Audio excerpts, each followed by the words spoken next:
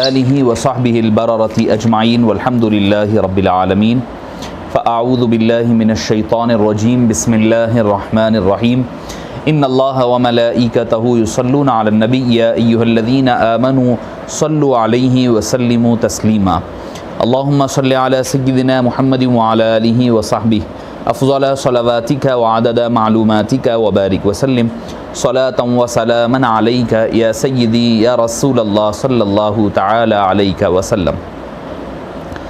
معزز سامعین کرام، شفیق بزرگوں اور عزیز ساتھیوں، جیسا کہ آپ اور ہم بخوبی واقف ہیں کہ کل ہماری جو گفتگو ہوئی تھی، ہم نے اس موضوع پر کہ خلافت راشدہ کے عنوان پر اور اس کی خصوصیات کے حوالے سے آپ اور ہم گفتگو کرنے کی سعادت حاصل کر رہے تھے، جس میں ہم نے اس بات پر بھی گفتگو کی کہ تاریخ کا مطالعہ کیسے کیا جائے اور اس کے ساتھ ہی ساتھ خلافت راشدہ کس کو کہا جاتا ہے اور اسلام کا نظام حکومت کیا ہے، اور حبیب داور صلی اللہ علیہ وسلم کے دنیا سے پردہ فرمانے کے بعد کس طرح حضرت سیدنا صدیق اکبر، پھر اس کے بعد حضرت سیدنا فاروق اعظم کا انتخاب ہوتا ہے، اور حضرت سیدنا عمر فاروق رضی اللہ عنہ کی شہادت، پھر آپ کا 6 حضرات کے بارے میں ایک شورا یعنی کمیٹی کا بنایا جانا، اور یہ طے کر دینا کہ ان 6 میں سے کوئی حضرات، ہر کوئی، چاہے وہ حضرت عبد الرحمن بن عوف ہو، چاہے حضرت طلحہ ہو، چاہے حضرت زبیر ہو، چاہے حضرت عثمان بن عفان ہو، چاہے حضرت سعد بن ابی وقاص ہو یا مولا مشکل کشا رضی اللہ عنہم اجمعین ہو، تو ان میں سے کوئی بھی شخص کو آپ انتخاب کر لیں، یہ میری نظر میں خلافت کے زیادہ حقدار ہیں۔ حضرت سیدنا فاروق اعظم رضی اللہ عنہ ارضاہ نے اپنے آخر وقت میں اس بات کا ذکر فرمایا۔ حضرت عبد الرحمن بن عوف آپ نے کل سنا ہے، میں اس لیے اس کو تھوڑا سا ریوائنڈ کر دے رہا ہوں تاکہ آپ حضرات تک بات پہنچ جائے۔ پھر حضرت عبد الرحمن بن عوف رضی اللہ عنہ ارضاہ نے حضرت عثمان بن عفان رضی اللہ عنہ ارضاہ کا انتخاب فرمایا، آپ کو منتخب فرمایا۔ اب جب آپ کا انتخاب ہو گیا تو کامل الحیاء والایمان، جامع القرآن، ناشر القرآن حضرت سیدنا عثمان بن عفان رضی اللہ عنہ ارضاہ 23 سن ہجری میں، یعنی 13 سن ہجری میں تو حضرت ابوبکر صدیق کی وفات ہوتی ہے، پھر اس کے بعد 23 سن ہجری میں حضرت عمر فاروق کی شہادت ہوتی ہے، تو 23 کا اختتام اور 24 کا آغاز۔ بعض روایتوں میں آتا ہے کہ 23 کے ابھی کچھ ایام باقی تھے کہ حضرت سیدنا عثمان بن عفان رضی اللہ عنہ ارضاہ خلیفہ نامزد کیے جا چکے تھے۔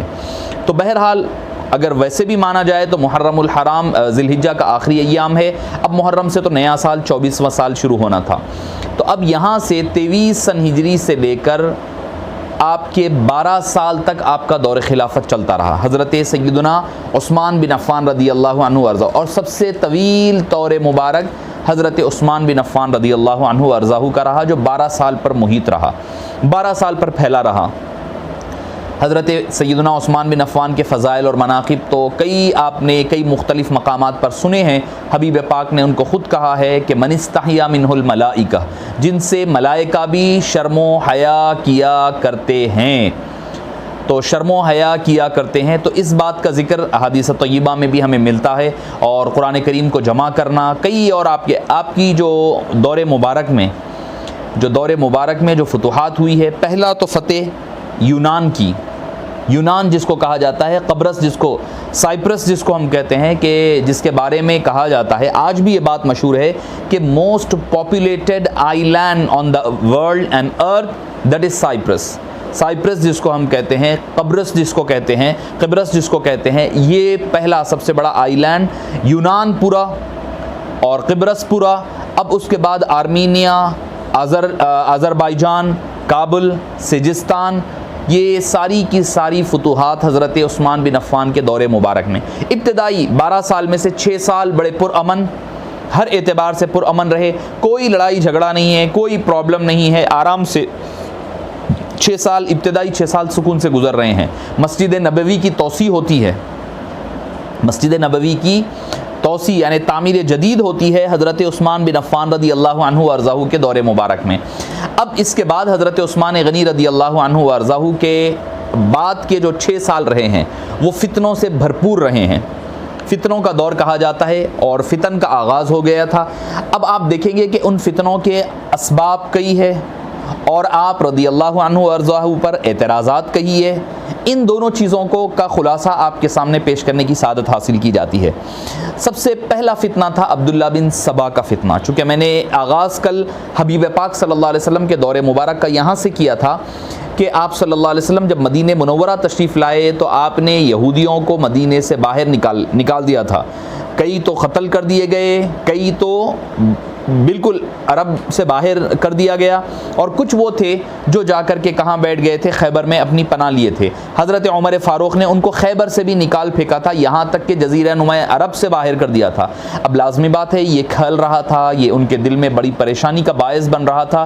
اب انہوں نے اس بات کی کوشش کی کہ چلیں اب یہاں سے جب بات ہو گئی ہے، اب انہوں نے اپنا حضرت عثمان غنی چونکہ طبیعت کے اعتبار سے نرم طبیعت تھے، اس وجہ سے انہوں نے کہا کہ موقع اچھا ہے، اب یہاں سے مسلمانوں میں پھوٹ ڈالی جائے اور مسلمانوں میں لڑائی جھگڑا رکھا جائے اور اپنے مقصد کو پورا کیا جائے اور اپنا بدلہ لیا جائے۔ سب سے بڑی بات، اپنا بدلہ لیا جائے۔ معزز سامعین کرام، عبداللہ بن سبا یہ یہودی تھا، یمن کا رہنے والا یہودی تھا۔ اس نے سبا، چونکہ مقام علاقہ بھی آپ سمجھتے ہیں کہ سبا جو ہے ملکہ سبا بلقیس جو ہے سبا کی رہنے والی تھی، وہاں کی وہ ملکہ تھی اور حکمران تھی۔ تو معزز سامعین کرام، عزیز ناظرین کرام، وہ یمن کا رہنے والا، اسلام کا لبادہ اوڑھ کر اس نے اسلام قبول کیا اور یہ ظاہر کرنے لگا کہ میں مسلمان ہوں۔ اب جا کر کے وہ مسلمانوں کے اندر رچ بس گیا اور کہنے لگا، یہاں تک کہ ایک ہمیں تاریخ اسلام اگر آپ پڑھتے ہیں تو اس میں ایک فرقہ ملے گا، سبائی فرقہ، جو اسی عبداللہ بن سبا کا پیدا کردہ تھا، اور اس کا عقیدہ کیا تھا پتہ ہے؟ وہ حضرت سیدنا مولا مشکل کشا رضی اللہ عنہ و علیہ السلام کو خدا مانتا تھا، ان کو خدا مانا کرتا تھا۔ اور یہاں تک کہ حضرت علی کرم اللہ وجہہ الکریم نے جب ان کے لوگوں کو پکڑا اور گرفتار کیا تو اپنے غلام قمبر کو کہہ کر کے ان کے لیے ایک خندق کھدوائی گئی، خندق جس میں آگ لگائی گئی اور اس میں ان کو ڈال دیا گیا۔ اب اس کے بارے میں آتا ہے کہ عبداللہ بن سبا کو بعض کہتے ہیں کہ اسی وقت حضرت مولا مشکل کشا نے اس کو بھی قتل کروا دیا، اس کو بھی اسی خندق کے حوالے کر دیا گیا، واللہ عالم بالصواب۔ اس نے کیا کیا؟ اس نے جو پلاننگ کی نا، اس نے یہ کیا کہ پہلے تو جعلی فیک لیٹرز لکھنے لگا، جعلی خطوط لکھنے لگا۔ کیا کہ حضرت علی کے نام سے خط، حضرت عثمان کے نام خلاف، حضرت عثمان کے خلاف خطوط حضرت علی کو بھیجتا، حضرت زبیر کو بھیجتا، حضرت طلحہ کو، حضرت عائشہ کو، اور کئی اجلہ صحابہ پر کئی قسم کی الزامات لگاتے ہوئے، سازشیں کرتے ہوئے سازشیں تیار کی گئی۔ دراصل یہ مسلمانوں سے بدلہ لینے کے لیے کیا گیا تھا، اور وہ دور تو ایسا ماڈرن دور تھا نہیں کہ بھئی آلات ہے، واٹس ایپ ہے، فیس بک ہے، یا پھر کوئی کالنگ ہے کہ بھئی چلو کال کر کے کنفرم کر لیں، نہیں، کئی دن لگ جاتے ایک سفر کے لیے۔ تو انہوں نے اس کا فائدہ اٹھایا۔ یہ فائدہ اٹھاتے ہوئے انہوں نے یہ کیا کہ اب ان کو موقع مل گیا کہ یہاں پر مسلمانوں کا شیرازہ بکھیرا جائے، اور کئی مقامات پر ایسا ہوتا کہ ایک مرتبہ ایک کون ہے، حضرت مقداد ہے غالباً، جو حضرت بی بی عائشہ کے پاس آئے اور آ کر جب حضرت عثمان کی شہادت ہو چکی، شہادت کے بعد تو بی بی عائشہ رضی اللہ عنہا بڑی غمگین تھی، تو حضرت مقداد نے کہا، بن اسود نے کہا کہ آپ نے تو خطوط لکھے تھے حضرت عثمان کے خلاف۔ انہوں نے کہا اللہ گواہ ہے کہ میں نے کوئی خط نہیں لکھا، میں نے کوئی خط حضرت عثمان بن عفان کے خلاف نہیں لکھا۔ انہوں نے جعلی مہرے بنائی، اسٹیمپ بنائے، اسٹیمپ بنا کر کے ان کے اسٹیمپ کے نام سے بنا کر کے لوگوں کے درمیان پھیلانے لگے۔ تو پہلا جو سبب بنا حضرت عثمان بن عفان رضی اللہ عنہ وارضاہ کے دور مبارک کے فتنے کا، وہ تھا کہ عبداللہ بن سبا کا فتنہ، نمبر ایک۔ نمبر دو، مال کی کثرت۔ مال کی کثرت سے مراد کیا ہے؟ جب مال زیادہ آتا ہے نا، کبھی بھی مسلمانوں کے پاس، آپ آج بھی ہمارے پاس بھی دیکھیں، جب تک غربت ہوتی ہے، غریبی ہوتی ہے، بڑے ایمان پر چلتے ہیں، اسلام پر رہتے ہیں، مگر جب اس کے ساتھ ہی ساتھ جب ہمارے پاس مال و دولت آتا ہے، پہلے برقعے کا اہتمام ہوتا ہے، چادر، برقع، سب کچھ رہتا ہے، نقاب وغیرہ۔ جیسے ہی مال آتا ہے نا، ہمارے پاس سے برقع غائب ہو جاتا ہے. اب میڈم جو ہے کار میں سامنے شال اوڑھ کر بیٹھیں گی تھوڑی دن, اس کے بعد ان کی شال بھی اتر جاتی ہے. تو پیسہ آدمی کو کئی قسم کی آزمائشوں میں مبتلا کر دیا کرتا ہے. تو طبیعتوں میں نازک مزاجی, عیش و عشرت, نعمتوں سے انکار اور اس کی ناقدری لوگوں میں عام ہو جاتی ہے. اسی طرح حضرت عثمان بن عفان کے دور مبارک میں ہوا. جو امیر زادے تھے وہ عیش و عشرت کو اختیار کرنے لگے, اور جو بڑے لوگ تھے, مالدار لوگ تھے, جو مناصب پر جو لوگ تھے, وزراء وغیرہ, ان کے بچے عیش و عشرت کرنے لگے. جب حضرت عثمان غنی رضی اللہ عنہ نے ان کو روکنے کی کوشش کی تو ان کو بڑا کھلنے لگا اور برا دکھنے لگا. تو وہاں سے وہ حضرت عثمان بن عفان کی مخالفت میں آگے بڑھنے لگے. دوسری وجہ ہو گئی. تیسری وجہ طبیعتوں میں فرق. حضرت عمر فاروق کی طبیعت آپ نے, حضرت ابوبکر حالانکہ طبیعت میں وہ نرم مزاج تھے, مگر ان کا معاملہ یہ تھا کہ جہاں نرم رہنا تھا وہاں نرم رہتے, جہاں سخت رہنا تھا وہ سب سے زیادہ سخت رہا کرتے تھے. وہی تو بات حضرت عمر فاروق نے کہی تھی نا کہ جب منکرین زکوٰۃ نے انکار کیا زکوٰۃ دینے کے لیے, حضرت ابوبکر نے اپنا گھوڑا لے کر کے میدان میں نکل پڑے جانے کے لیے. لوگوں نے کہا کہ آپ یہ کیا کر رہے ہیں؟ تو فرمانے لگے, اپنے غلام سے پوچھا کہ عامر بن فویرہ سے کہ تم آؤ گے یا تم بھی نہیں آؤ گے؟ اگر تو آتا ہے تو آ, ورنہ میں تجھے آزاد کروں گا اور چھوڑ کر میں اکیلا چلے جاؤں گا. تو معزز سامعین کرام, حضرت عمر فاروق رضی اللہ عنہ نے بھی فرمایا کہ ہم نے ابوبکر کا ایسا تیور اور ایسا غصہ, ایسا جلال پہلے کبھی نہیں دیکھا تھا. تو حضرت ابوبکر کا یہ معاملہ تھا. حضرت عمر کی طبیعت سے تو ہر کوئی واقف ہے, ان کی غلظت, ان کی شدت, ان کا غصہ اور ان کا جلال, لوگ ان سے کلام کرنے کے لیے سوچ سمجھ کر کلام کیا کرتے تھے. تو لازمی بات ہے, اب کوئی سازش کرنے والا سازش کرنے کا تو سوچ بھی نہیں سکتا تھا. حضرت عثمان نرم طبیعت تھے, بڑے رقیق القلب تھے, بڑی نرم مزاجی تھی. ان کی اس نرم مزاجی کا بعض لوگوں نے غلط فائدہ اٹھایا. انہوں نے دیکھا حضرت عمر کے دور تک تو ہم مسلمانوں پر حملہ آور نہیں ہو سکے, اب نرم دور آیا ہے, چلو اب اچھا موقع ہے, ہم اس کے موقع کا فائدہ اٹھائیں گے اور حملہ کریں گے. تو لہٰذا وہ مسلمانوں نے پر سازشوں کی تیاری کرتے ہوئے مسلمانوں کے پاس آگے بڑھنے لگے. چوتھی اور ایک وجہ جو تھی وہ یہ تھی کہ جو عرب قبائل جو ارتداد کا شکار ہو گئے تھے حضرت ابوبکر صدیق رضی اللہ عنہ کے دور مبارک میں, جو اسلام چھوڑ کر کے مرتد ہو گئے تھے, جن کو حضرت ابوبکر رضی اللہ عنہ ارضاہ نے کئی اجلہ صحابہ کرام کے ساتھ مل کر, خالد بن ولید ہیں, حضرت اکرمہ ہے, کئی لوگوں کے ساتھ مل کر کے ان کو مار کر کے ان کو دائر اسلام میں دوبارہ شامل کیے تھے. تو وہ شامل تو ڈر کی وجہ سے طوعاً و کرہن ہو چکے تھے, طوعاً و کرہن اسلام میں دوبارہ شامل تو ضرور ہو چکے تھے. اب ان کی ایک دلی خواہش تھی کہ بھئی کیوں حکومت اور خلافت ہمیشہ قریش کے ہاتھ میں رہے. حضرت عثمان یقیناً بنو امیہ سے تھے, مگر بنو امیہ بھی اوپر جا کر کے قریش میں مل جاتا ہے. بنو امیہ قریش قبیلہ ہے, اس کی جو کڑیاں بنتی ہے اس میں ایک بنو ہاشم آتا ہے, اس میں بنو عدی بھی آتا ہے, بنو امیہ بھی آتا ہے. تو مختلف اس میں شکلیں بنتی ہے, اس میں کئی اسٹریمز بنتی ہیں, کئی اس میں آگے جا کر کے شاخیں نکلتی ہے, مگر مین جو قبیلہ تھا وہ تو قریش تھا مکہ مکرمہ کا. تو اب وہ لوگوں کو یہ کھلنے لگا کہ بھئی کیوں ہمیشہ قریش کے پاس ہی حکومت رہے, کیوں ہمیں نہ ملے. اس مقصد اور ارادے کے تحت انہوں نے بھی سازشوں کا آغاز کیا. تو یہ تھی 4 اصل مین وجوہات, اور بھی کئی ہو سکتی ہے کہ آپ کے اوپر جو اعتراضات, اب میں اعتراضات میں ذکر کروں گا وہ جو اسباب تو یہی تھے. اسباب جو بنے, عبداللہ بن سبا نمبر 1, نمبر 2 مال کی کثرت, نمبر 3 طبیعت کا فرق, حضرت عثمان کی طبیعت میں نرمی, نمبر 4 جو عرب قبائل جو اسلام لائے تھے اس ڈر کر کے اب وہ لوگ اپنا رنگ دکھانا شروع کر رہے تھے حضرت عثمان کی نرمی کو دیکھتے ہوئے. تو یہ 4 وجوہات تو تھیں, اسباب یہ تھے ان فتنوں کے. اب حضرت عثمان بن عفان رضی اللہ عنہ ارضاہ پر اعتراضات بھی ہونے لگے تھے. وہ اعتراضات کیا تھے؟ اکثر ہوتا یہ ہے کہ ہم لوگ یہ بات کو ذکر بھی نہیں کرتے.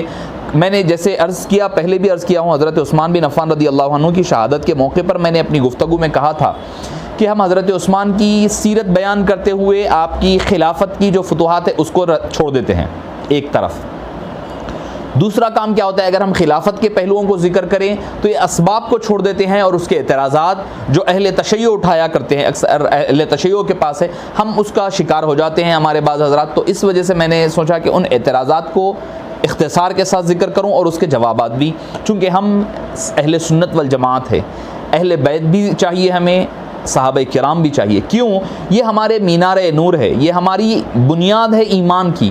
اگر یہ کمزور پڑ جائے گی, صحابہ کرام, اہل بیت اطہار, خلفائے راشدین, اگر ان کا کردار مشکوک ہو جائے گا تو آپ کے پاس جو قرآن ہے وہ قرآن بھی مشکوک ہو جائے گا. کیونکہ آپ کے پاس آپ نے قرآن تو سنا نہیں ہے, آپ کے سامنے قرآن اترتا ہوا آپ نے نہیں دیکھا ہے, آپ نے سرکار دو عالم صلی اللہ علیہ وسلم سے قرآن اصول نہیں کیا ہے, سنا نہیں ہے اور پڑھا نہیں ہے.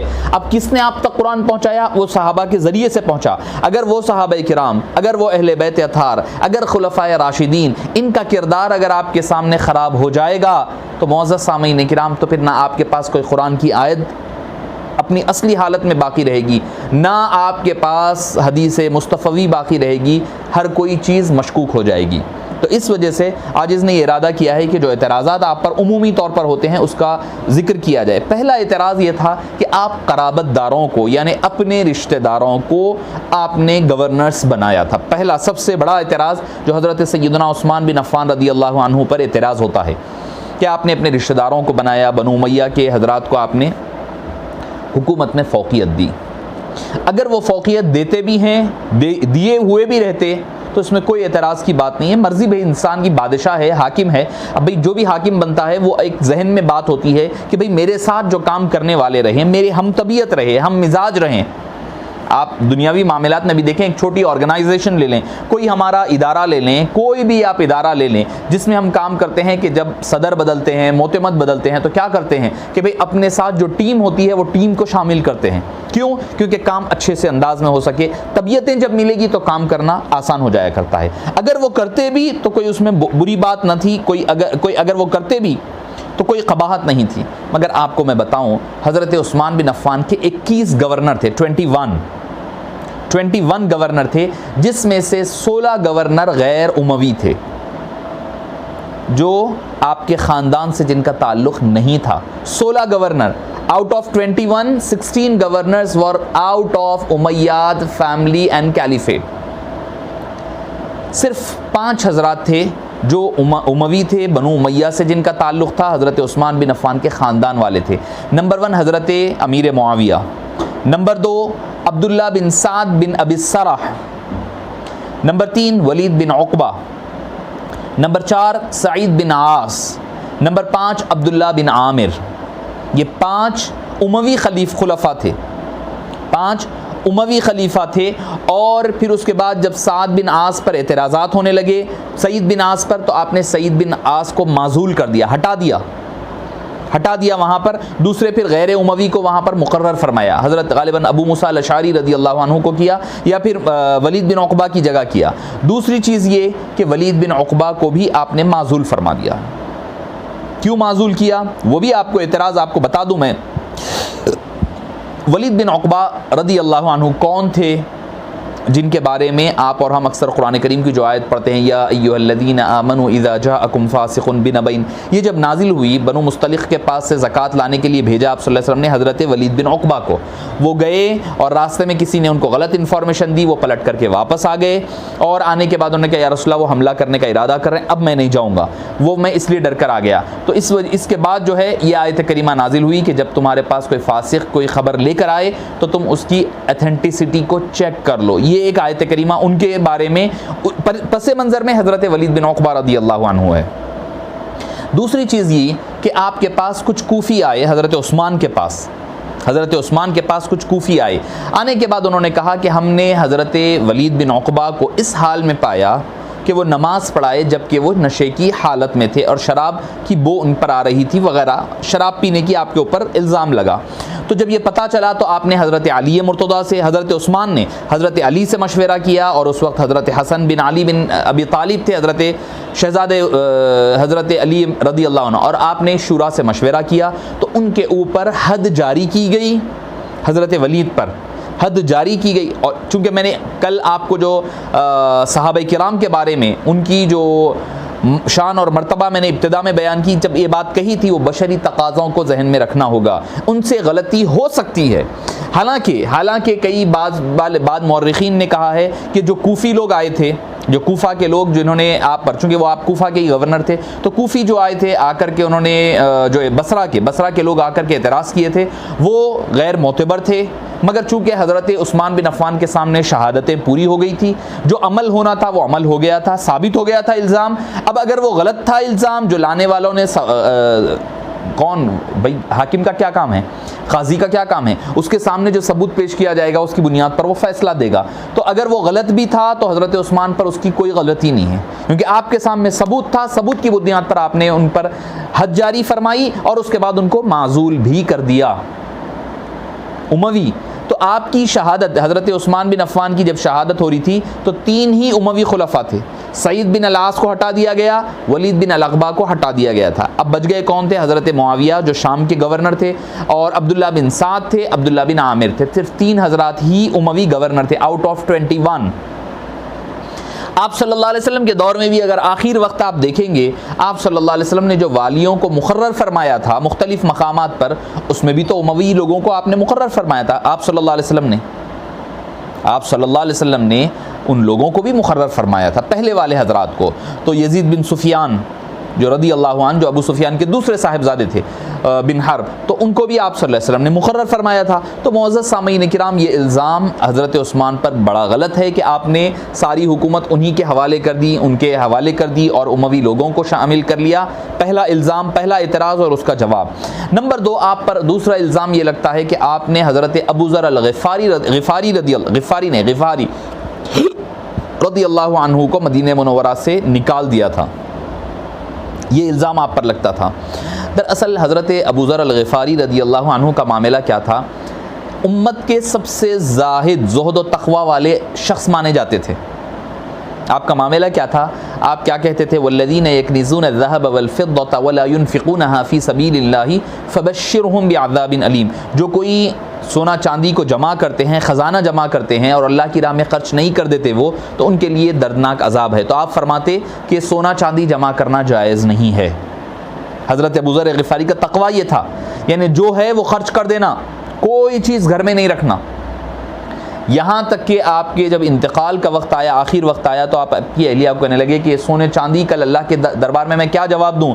تو پوچھنے لگے آپ کے گھر میں سونا چاندی کہاں ہیں؟ تو فرمانے لگے کہ جو برتن استعمال کے جو برتن ہے وہ میرے گھر میں ہے، تو میرے لیے وہ سونا چاندی سے زیادہ قیمتی ہے، تو اس کا میرے گھر میں میرے انتقال کے وقت نہیں رہنا چاہیے تھا۔ یہ تقویٰ تھا حضرت ابو ذر غفاری کا۔ تو حضرت معاویہ کے جب دور تھا شام میں، تو اس بات پر اختلاف ہوا۔ جب یہ کمپلین حضرت عثمان کے پاس گئی تو آپ نے فرمایا کہ اے ابو ذر الغفاری، آپ یہ کیا کر رہے ہیں؟ یقیناً آپ کا تقویٰ اپنی جگہ ہے، مگر یہ تقویٰ ہر ایک کے لیے امپلیمنٹ نہیں ہوگا، یہ آپ کا انڈیویجول ہو سکتا ہے۔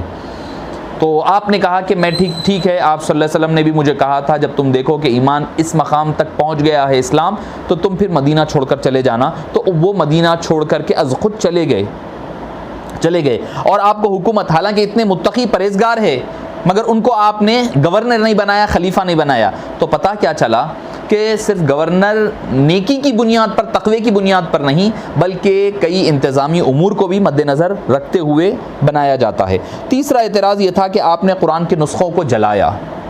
حضرت عثمان پر اعتراض، جو آپ کے اوپر سبائیوں نے حملہ کیا تھا، بلوائیوں نے، ان کے جو اعتراضات کی فہرست تھی وہ آپ کے سامنے رکھ رہا ہوں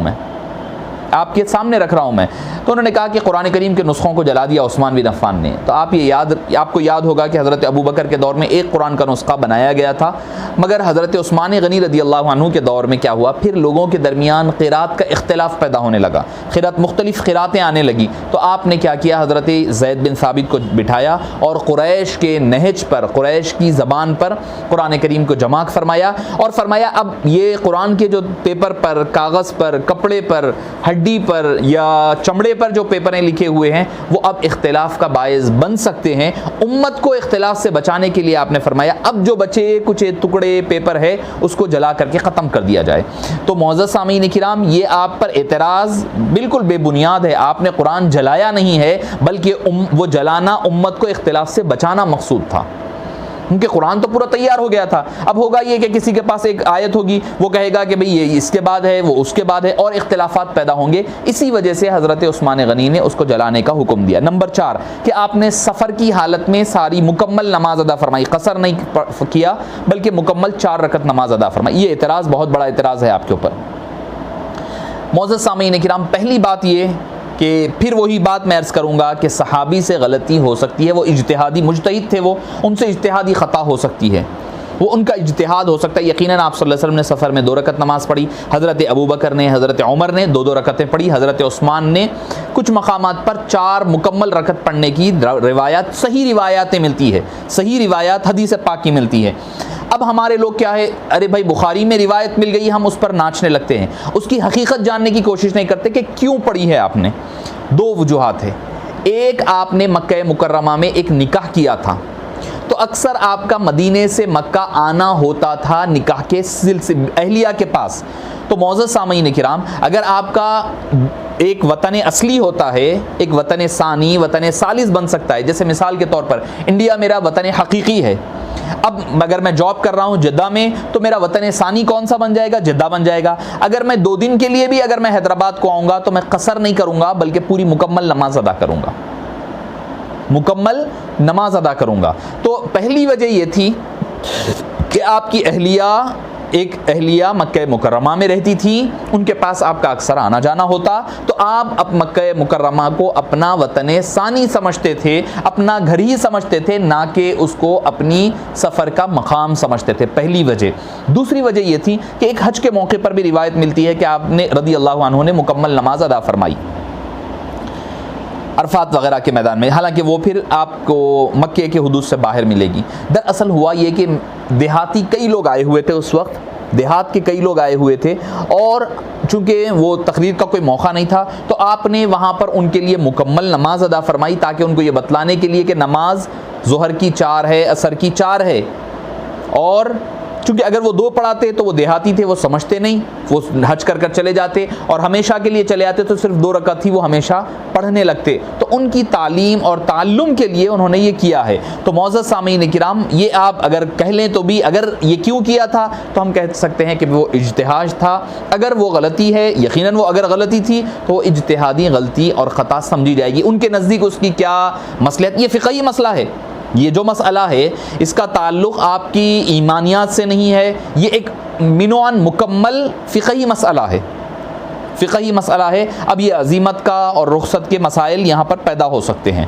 تو معزز سامعین کرام, اور آپ کے اوپر ایک 5 6 7 اگر 3 اعتراضات ایک ہی جگہ میں جمع کر عرض کر رہا ہوں. ایک حدیث پاک ہے بخاری شریف ہی کی, اور میں نے آپ کو جتنی روایتیں بیان کی ہیں نا, اکثریت بخاری کی بیان کی ہے.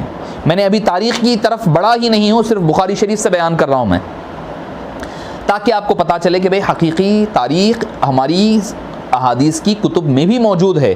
ہم اس کو چھوڑ کر کے ہم یہ تاریخ وہ تاریخ کو پڑھ کر کے ہم پریشان ہو جایا کرتے ہیں. تو معزز سامعین کرام, حضرت عثمان غنی رضی اللہ عنہ وارضاہ کے بارے میں ایک شخص کوفہ عراق سے مصر سے آیا, اور آ کر کے حضرت عبداللہ بن عمر کے پاس اعتراض کرنے لگا کہ تم لوگوں میں سے ہاشمی کون ہے. تو حضرت عبداللہ بن عمر گئے کہ کہا کہ میں قریش سے ہوں. تو اس نے کہا کہ آپ عثمان بن عفان کو جانتے ہیں؟ انہوں نے کہا کہ ہاں جانتا ہوں میں. تو اس نے کہا میں 3 باتیں آپ سے ان کے بارے میں کنفرم کرنا چاہتا ہوں, صحیح حدیث پاک ہے. آپ نے کہا, فرمایا کہ ٹھیک ہے کہو. اس نے کہا کہ حضرت عثمان بدر میں شریک نہیں ہوئے, حضرت عثمان بدر کی لڑائی اور جنگ میں شریک نہیں ہوئے. آپ نے کہا تم نے بالکل صحیح کہا. انہوں نے کہا صحیح ہے. انہوں نے کہا ہاں. حضرت عبداللہ بن عمر نے کہا ہاں. اس نے دوسری بات اس نے کہا کہ حضرت عثمان بن عفان بیعت رضوان میں شامل نہیں تھے, یا یہ سچ ہے؟ حضرت عبداللہ بن عمر نے کہا کہ ہاں بالکل سچ ہے, حضرت عثمان بیعت رضوان میں شامل نہیں ہیں. بدری صحابی بھی نہیں. اس کا ارادہ کیا تھا حضرت عبداللہ بن عمر کی زبانی یہ اگلوانا تھا کہ حضرت عثمان نہ بدری ہے, نہ احدی ہے, نہ بیعت رضوان کے, ان کا مقام گھٹانے کی کوشش تھی. تو اس نے کہا بدری نہیں ہے, ہاں ٹھیک ہے, بدر میں شامل نہیں ہوئے.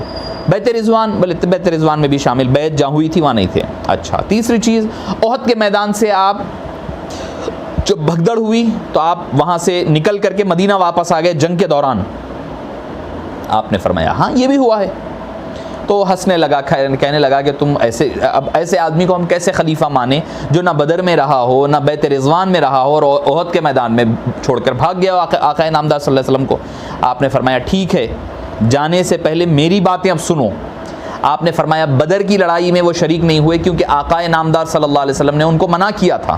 آپ صلی اللہ علیہ وسلم نے فرمایا تھا کہ میری بیٹی رقیہ بیمار ہے، ان کی تیمارداری کرنا، تم مدینے میں رکے رہنا، اسی لیے وہ مدینے میں وہ بدر کی لڑائی میں شریک نہیں ہوئے۔ آپ صلی اللہ علیہ وسلم نے ان کو بدری کہا بھی ہے، ان کو مال غنیمت بھی دی ہے، اور ان کا نام بدر کے صحابہ میں شامل بھی فرمایا ہے۔ نمبر 1 فرمایا۔ دوسری چیز بیت رضوان، فرمایا بیت رضوان ہوئی ہی حضرت عثمان بن عفان کی وجہ سے۔ آپ صلی اللہ علیہ وسلم نے ان کو وہاں پر بات چیت کے اعتبار سے سب سے بہترین سمجھا، اسی لیے تو آپ نے حضرت عثمان کو وہاں پر روانہ فرمایا۔ جب وہ روانہ ہوئے، وہاں پر تشریف لے گئے، جب وہاں پر کلام ہوا، بات چیت ہوئی، تب آپ کے آنے میں تاخیر ہوئی، تبھی تو جا کر کے بیت رضوان ہوئی۔ اس نے کہا کہ ہاں یہ بات بھی صحیح ہے، بیت رضوان تو حضرت عثمان کی وجہ سے ہوئی۔ آپ نے فرمایا بیت رضوان میں ہم نے بیعت اپنے ہاتھوں سے کی ہے، ہمارا ہاتھ تھا نیچے آقا نامدار صلی اللہ علیہ وسلم کے دست مبارک کے نیچے، مگر عثمان کی بیعت ایسی ہوئی ہے کہ ان کے ہاتھ وہ تو موجود نہیں تھے نا، تو حبیب پاک صلی اللہ علیہ وسلم نے اپنے دست مبارک کو عثمان کا دست مبارک بنایا۔ دوسری بات۔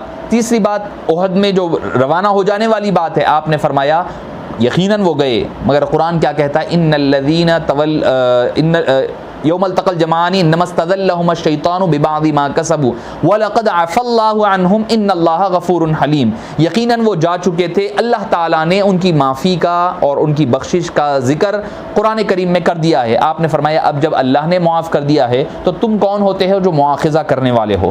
تم کون ہوتے ہو جو قرآن سے آگے جانے والے ہیں؟ تو وہ آدمی اپنا گریبان جھانکتے ہوئے آپ کے پاس سے روانہ ہو گیا۔ تو یہ 3 اعتراضات آپ پر تھے، وہ تینوں کے جوابات حدیث بخاری سے آپ کے گوش و گزار کیا ہوں۔ نمبر 6 جمعے کی دوسری اذان، یہ بھی اعتراض تھا آپ پر کہ آپ نے جمعے کی دوسری اذان حدیث کے آپ صلی اللہ علیہ وسلم کی سنت کے خلاف کیا۔ سنت مصطفیٰ کے خلاف بھی ہوا، سنت ابو بکر کے خلاف بھی، سنت عمر فاروق کے بھی۔ آپ نے فرمایا تو معزز سامعین کرام، یقیناً یہ لوگوں کی سہولت کے لیے کیا آپ نے، لوگوں کی سہولت۔ کیوں کہ لوگ جو ہے اینڈ ٹائم پر نماز کی اذان ہو جاتی تب جا کر کے کاروبار بند کرنا شروع کرتے، تو قرآن کی خلاف ورزی ہو رہی تھی، قرآن کی خلاف ورزی ہو رہی تھی۔ تو معزز سامعین کرام، قرآن کی خلاف ورزی ہو رہی تھی اس اعتبار سے کہ فَإِذَا نُودِيَ لِلصَّلَاةِ مِن يَوْمِ الْجُمْعَةِ فَاسْعَوْا إِلَىٰ ذِكْرِ اللَّهِ وَذَرُوا الْبَيْعَ، فوری کاروبار چھوڑ دو۔ تو اذان ثانی ہونے کے بعد کاروبار کرنا یہ حرام ہے قرآن کی روح سے، تو لوگوں کو حرام کاری سے بچانے کے لیے آپ نے اذان اولا کا آغاز فرمایا۔ تو معزز سامعین کرام، یہ بھی کام یقیناً بدعت ہے، مگر ہمارے لیے اہل ایمان کے لیے ایک آسانی کا باعث بنا، اور اس پر کسی صحابی نے اعتراض نہیں کیا۔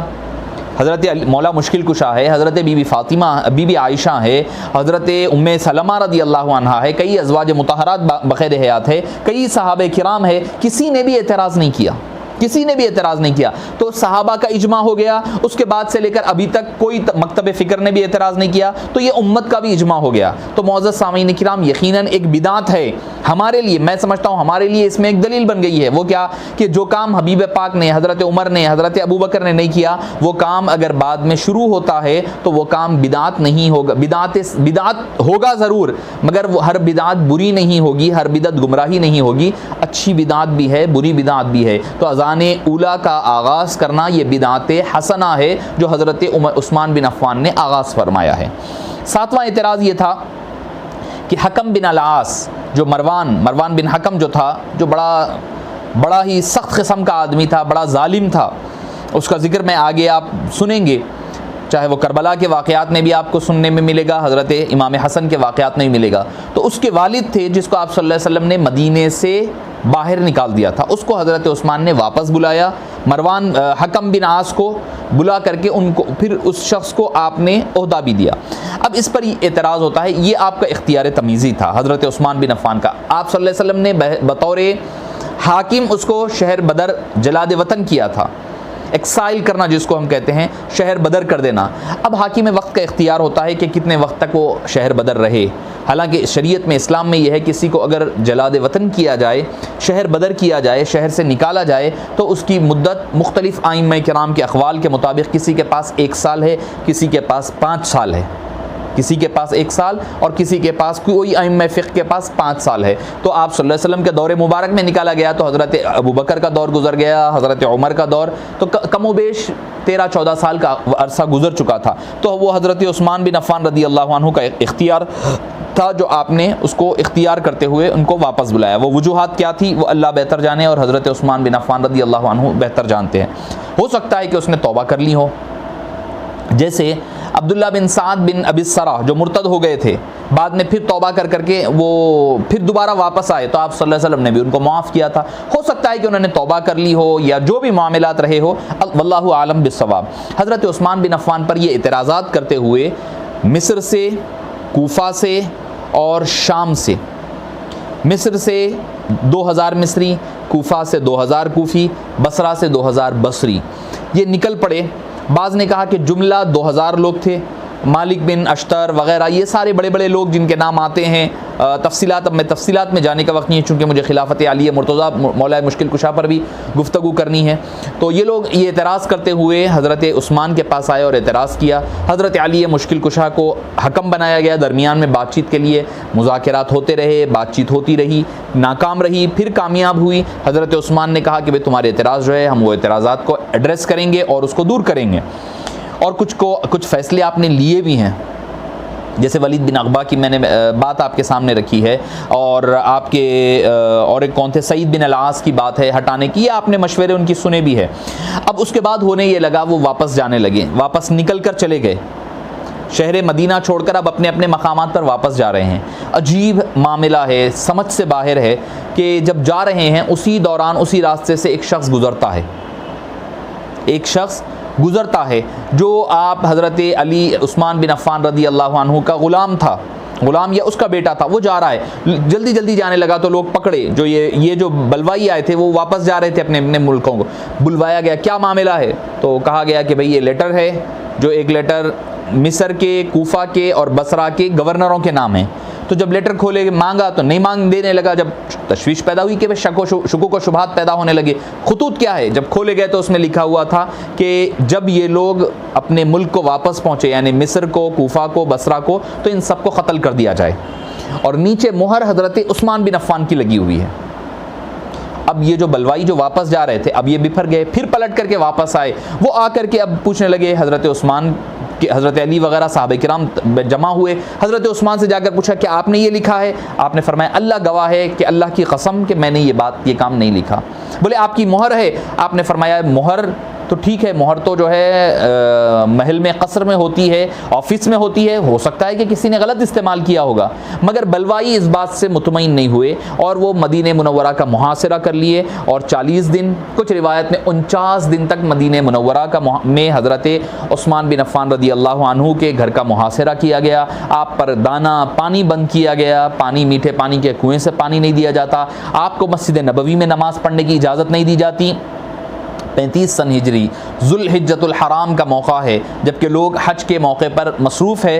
معروف روایت کے مطابق 18 ذی الحجہ کے دن آپ حضرت علی نے, حضرت زبیر نے, حضرت طلحہ نے محمد بن طلحہ کو گھر کے باہر ٹھہرایا, امام حسین کو اور حسن کو حضرت علی نے ٹھہرایا, حضرت زبیر نے عبداللہ بن زبیر کو ٹھہرایا, گھر کے باہر ٹھہرایا, عبداللہ بن عباس, یہ سارے نوجوان صحابہ حضرت عثمان کے گھر کے باہر ٹھہرے ہوئے ہیں. کئی اجلہ, حضرت علی نے کہا ہمیں اجازت دیجیے ہم لڑیں گے, حضرت معاذ نے کہا کہ ہم لڑیں گے, حضرت عثمان نے کہا کہ نہیں, میں نہیں چاہتا کہ مدینہ منورہ میں خون اور غارت گیری ہو, چونکہ طبیعت میں نرمی تھی. اپنی جان دینا گوارا کیا مگر مسلمانوں کا خون کو بہنا اور بہانا حضرت عثمان نے گوارا نہ کیا.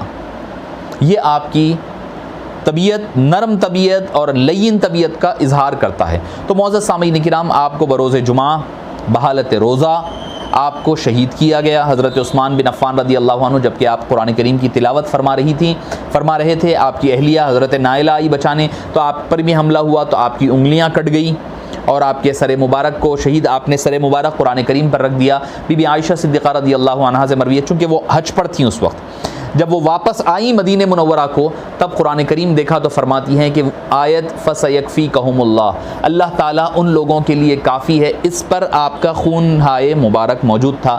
اِنَّا لِلَّهِ وَإِنَّا إِلَيْهِ رَاجِعُونَ۔ معزز سامعین کرام، حضرت عثمان بن عفان رضی اللہ عنہ، ایک روایت میں ہے کہ حضرت عمر رضی اللہ عنہ ارضاہ فتنوں کے اور خلافت کے درمیان آڑ ہے فرمایا تھا۔ حبیب پاک نے فرمایا تھا کہ آڑ ہے، جب یہ آڑ گر جائے گی، یہ دیوار گر جائے گی، تب جا کر کے فتنوں کا آغاز ہو جائے گا۔ تو معزز سامعین کرام، شہادت حضرت عثمان کے بعد کئی لوگ حضرت مولا مشکل کشا کے پاس آئے اور کہا کہ آپ خلیفہ بنیے۔ آپ نے دروازہ بند کر لیا اندر سے، آپ نے انکار کیا۔ اب وہ درخواست کرتے ہوئے آپ نے فرمایا میں وزیر ہی ٹھیک ہوں، میں امیر نہیں بنوں گا۔ حضرت زبیر کے پاس گئے، حضرت طلحہ کے پاس، کئی صحابہ کرام کے پاس لوگ گئے، جا کر ان سے درخواست کی، ان لوگوں نے انکار کر دیا۔ تو پھر وہ حضرت علی مشکل کشا کے پاس آئے، اور ایک روایت یہ ہے کہ جو بلوائی مدینہ منورہ میں تھے وہ سمجھ گئے کہ اب ہماری خیر نہیں ہے، ہمیں لوگ ماریں گے، مسلمان ہمارا قتل کریں گے، لہٰذا انہوں نے کیا کیا، انہوں نے یہ کیا، انہوں نے کہا کہ جو کوئی اگر علی مرتضیٰ کل تک کے اگر بیعت نہ لیتے ہیں، نہیں کرتے ہیں، ہمارے خلیفہ نہیں بنتے ہیں، تو ہم حضرت علی کا بھی قتل کر دیں گے، شہید کر دیں گے، اور مدینہ منورہ پر عام حملہ بول دیں گے۔ حضرت علی مشکل کشا رضی اللہ عنہ نے ایسے حالات میں خلافت کے منصب کو سنبھالا، جبکہ سب سے خطرناک وقت کہہ لیں آپ، سب سے ڈینجر ٹائم ہے، جس کے بارے میں حبیب پاک صلی اللہ علیہ وسلم نے پہلے سے ہی پیشن گوئی فرما دی تھی۔ تو حضرت علی نے کہا کہ میں ایسے چوری چھپی نہیں خلیفہ بنوں گا، اعلان ہوگا، جو مسجد میں آ کر کے عمومی خلاف بیعت لے گا تب جا کر کے میں خلافت کا منصب اختیار کروں گا، عمومی طور پر چھپ کر میں نہیں کروں گا۔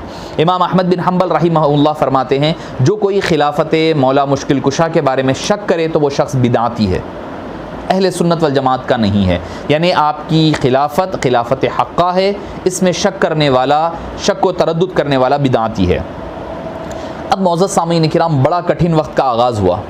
ایک مرتبہ کوئی شخص آیا اور آ کر کے حضرت علی رضی اللہ عنہ کو طعنہ دینے لگا، کہنے لگا کہ حضرت عمر کے دور میں اتنی فتوحات ہوئی، حضرت عثمان کے دور میں، آپ کے دور میں کچھ نہیں ہوا، فتوحات نہیں ہوئی۔ تو آپ نے فرمایا یقیناً فتوحات نہیں ہوئی، اس کی وجہ کیا ہے کہ حضرت ابو بکر اور حضرت عمر کے جو ساتھی تھے وہ ہم تھے، ہم ان کے ساتھی تھے، اس وجہ سے فتوحات ہوئی۔ اب فتوحات نہیں ہو رہی ہے تو ہمارے ساتھی تم لوگ ہیں، اس وجہ سے فتوحات نہیں ہو رہی۔ تو معزز سامعین کرام، حضرت باب العلم کا جواب دیکھیں آپ، کس قدر بصیرت افروز آپ نے اپنا جواب سے عنایت فرمایا۔ اب آپ رضی اللہ عنہ خلیفہ تو بن گئے، حالات بڑے کشیدہ ہے۔ بی بی عائشہ مکہ مکرمہ ہی میں ہے، حضرت طلحہ اور زبیر نے حضرت علی رضی اللہ عنہ سے، حضرت زبیر تو پھوپھے زاد بھائی ہے حضرت علی کے، انہوں نے پوچھا، الفیاض کہا، حضرت طلحہ کو فیاض کہا جاتا تھا، الفیاض یعنی خوب لٹانے والے، لوگوں کو جود و سخا دینے والے، اجازت چاہیے کہ ہم لوگ مکہ جانا چاہتے ہیں، ہم مکہ جا رہے ہیں۔ تو آپ نے اجازت مرحمت فرما دی۔ اب یہ لوگ مکے کے لیے گئے، وہاں جا کر کے انہوں نے حضرت بی بی عائشہ سے تفصیلی، حضرت عائشہ کو بھی اطلاع مل چکی تھی شہادت عثمان کی رضی اللہ عنہ ارضاہ، انہوں نے کہا کہ ہم سے بہت بڑی غلطی ہوئی کہ ہم نے حضرت عثمان کا دفاع نہیں کیا، آپ کو بچا سکتے تھے۔ وہ ایک اندر سے جو شرمندگی تھی، جو ایک گلٹی فیل ہو رہا تھا کہ ہم نے جو کرنا چاہیے تھا ہم نے خلیفہ وقت کو نہیں بچا پائے، وہ کہنے لگے کہ اب ہم یہ کر سکتے ہیں کہ قاتلین عثمان سے بدلہ لیں گے، کیونکہ اب جو لوگ قتل کیے تھے، حضرت عثمان کو شہید کیے تھے، اب اس میں کہ کچھ لوگ کوفہ اور بصرہ کی طرف روانہ ہو چکے تھے، تو انہوں نے کہا کہ بصرہ میں وہ لوگ چھپے ہوئے ہیں، ہم وہاں جا کر کے ان سے بدلہ لیں گے۔ حضرت بی بی عائشہ نے بھی ان کے ساتھ حامی بھری، انہوں نے کہا کہ ہاں یقیناً بدلہ لیا جانا، مظلومانہ شہادت ہے۔ اب یہ حضرات نکل کر کے، اور کئی حضرات ان کے ساتھ مل گئے، ولید بن عقبہ وغیرہ، تو وہ سارے مل کر کے اب بصرہ کی طرف تشریف لے گئے۔ بصرہ میں حضرت عثمان بن احنف رضی اللہ عنہ یہ حاکم تھے اس وقت بصرہ کے، انہوں نے ان کو باہر روک دیا، ان تینوں حضرات کو، حضرت زبیر کو، حضرت طلحہ کو، حضرت بی بی عائشہ کو، یہ کہتے ہوئے کہ حاکم وقت اب حضرت مولا مشکل کشا ہے، جب تک کہ حضرت علی نہ آ جائے یا حضرت علی کا قاصد مجھے اجازت، چونکہ میں ان کا اپوائنٹڈ خلیفہ ہوں، میں حاکم ہوں، اب اگر وہ مجھے حکم دیتے ہیں تو میری نگرانی میں آپ کو جنگ کرنا پڑے گا، بغیر امیر کے آپ جنگ نہیں کر سکتے، لہٰذا ان کو روک دیا گیا، آپ اندر نہیں آ سکتے۔ اب اس دوران ہوا یہ کہ قاتلین عثمان میں کا ایک سرغنہ تھا جبلہ، اس نے کم و بیش 700 لوگوں کو لے کر کے، وہ سمجھ گیا تھا کہ اب موت آنے والی ہے، وہ آ کر کے حضرت زبیر، حضرت طلحہ اور حضرت عائشہ کا جو قافلہ تھا اس سے مدبھیڑ ہو گیا اور ان کے ساتھ جنگ ہوئی، اور اس جنگ میں اس قافلے کو، اس 700 لوگوں کو شکست ہوئی۔ حضرت زبیر وغیرہ کے قافلے نے ان کے اکثر لوگوں کو قتل کر دیا، مارے گئے۔ جب حضرت مولا مشکل کشا کو اس اطلاع ملی کہ یہ معاملہ چل رہا ہے وہاں پر، حاکم وقت کے لیے مشکلات ہو رہی ہے، تو آپ نے 10,000 کا لشکر لے کر کوفہ کی طرف روانہ ہوئے، اور کوفہ کی طرف روانہ ہوئے اور حضرت مقداد بن اسود اور قعقاع بن عمر رضی اللہ عنہما کو مذاکرات کے لیے بھیجا، اور مذاکرات کے لیے جب بات چیت حضرت زبیر سے اور حضرت طلحہ سے ہو گئی مکمل کہ کیا کیا جائے، یہ طے ہو گیا کہ اب جنگ نہیں ہوگی، جنگ ہرگز نہیں ہوگی، جنگ نہیں ہوگی، بلکہ معاہدہ یہ ہوا، وہ کہنے لگے کہ قاتلین عثمان سے بدلہ لینا ہے۔ فوری طور پر حضرت زبیر اور حضرت طلحہ نے، حضرت علی نے کہا کہ میں بھی چاہتا ہوں کہ بدلہ لیں مگر فوری طور پر نہیں، کیونکہ ابھی یہ ہے کہ معاملہ ایسا ہے کہ اگر حضرت علی مرتضیٰ جو چیز دیکھ رہے تھے، بصیرت علی جو دیکھ رہی تھی کہ حالات اپنے قابو میں نہیں ہے، معاملات آؤٹ آف دا ہینڈ ہے، اگر ہم اسی وقت ان سے بدلہ لیں گے تو مسلمان ایک دو، اب چونکہ قاتلین ایک دو نہیں ہے، ہزاروں کی تعداد میں آئے تھے، اگر وہ ہزاروں مل کر کے لاکھوں بن جائیں گے اپنے اپنے علاقے کے لوگوں کو لے کر کے، مسلمانوں میں خون ریزی اور بڑھ جائے گی۔ تو حضرت مولا مشکل کشا نے جو بصیرت، جو حکمت کے ذریعے سے جو آگے کی چیز دیکھی، وہ کیوں نہ دیکھتے؟ حبیب پاک نے فرمایا انا مدینۃ العلم وعلی بابوہا، علی اب اس کا دروازہ ہے، علی حکمت کا دروازہ فرمایا، حکمت علی اس کا کوئی مقابلہ نہیں کر سکتا۔ یہ لوگوں کو بعد میں پتا چلا کہ قاتلین عثمان سے بدلہ لینا آسان نہیں ہے۔ آپ آگے بڑھ کر کے دیکھیں گے کہ حضرت علی مشکل کشا کی شہادت کے بعد حضرت معاویہ رضی اللہ عنہ حاکم وقت بنے، کیا حضرت امیر معاویہ رضی اللہ عنہ نے قاتلین عثمان سے بدلہ لیا؟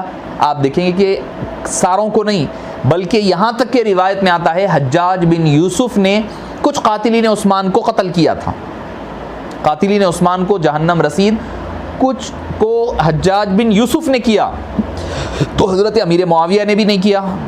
کیوں؟ کیونکہ ان کو بھی پتا چل گیا تھا جو کام مولا مشکل کشا نے پہلے اسٹیپ میں کیا وہ کام صحیح تھا۔ کیوں؟ کیونکہ اگر وہاں پر ان سے بدلہ لیا جاتا، کیونکہ اس میں کئی ایسے لوگ بھی تھے جن سے بدلہ لینا ممکن نہیں تھا اور طاقتور تھے، اگر لیا جاتا تو ایک قسم کا بغاوت ہی نہیں، شورش بڑھ جاتی اور ایک قسم کی بغاوت کا آغاز ہو جاتا اور کہیں پر بھی سارا عالم اسلام کی حکومتیں متزلزل ہو جاتی۔ یہ جو لڑائیاں ہوئی، حضرت جنگ جمل لے لیں، جنگ صفین لے لیں، یہ ایک علاقے تک محدود رہی، اگر وہ قاتلین کو قتل کیا جاتا تو سارے علاقوں میں شورش پیدا ہو جاتی، ہر طرف لڑائی جھگڑے شروع ہو جاتے۔ تو مولا مشکل کشا کی جو حکمت تھی وہ حق پر تھے، حق انہی کے ساتھ تھا اور حکمت وہی صحیح تھی۔ رات میں معاہدہ ہوا کہ جنگ نہیں ہوگی۔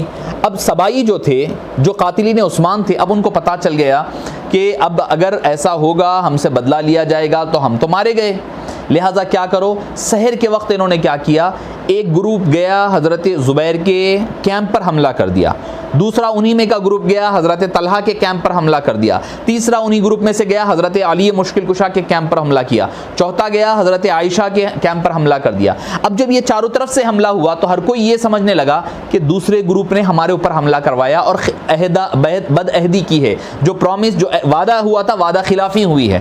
اب ہر کوئی تلواریں لے کر کے میدان میں آ گئے۔ یہ ایک بڑی سازش کا حصہ تھا جس میں کہ سارے لوگوں کو رون دیا گیا اور اس میں پھنسا دیا گیا۔ حضرت طلحہ جا کر کے روکنے لگے، حضرت علی مشکل کشا روکنے، جب ایک مرتبہ جب لڑائی شروع ہو جاتی ہے تو آپ اندازہ لگائیے کہ ہوتا یہ ہے کہ پھر کوئی رکتا نہیں ہے، کوئی روکے نہیں رکتا ہے۔ حضرت علی کے 10,000 لوگ تھے اور حضرت بی بی عائشہ، حضرت زبیر، حضرت طلحہ کی جو فوج تھی ان کے 5 سے 6,000 لوگ تھے۔ اچھا ہوا کیا، اس دوران حضرت زبیر سے جب سامنا ہوا تو حضرت علی نے فرمایا اے میرے چچا زاد بھائی ابن صفیہ، کیا آپ صلی اللہ علیہ وسلم نے نہیں فرمایا تھا کہ تم علی سے مقابلہ کرو گے ایک مرتبہ اور علی حق پر ہوں گے؟ تو حضرت زبیر نے کہا کہ مجھے یاد آ گیا ہے، وہ جنگ چھوڑ دیے اور چھوڑ کر واپس جانے لگے، مگر ایک بدماش جو قاتلین عثمان میں سے تھا اس نے اور جنگ کو بڑھانے کے لیے گیا اور جا کر کے حضرت زبیر رضی اللہ عنہ کو شہید کر دیا۔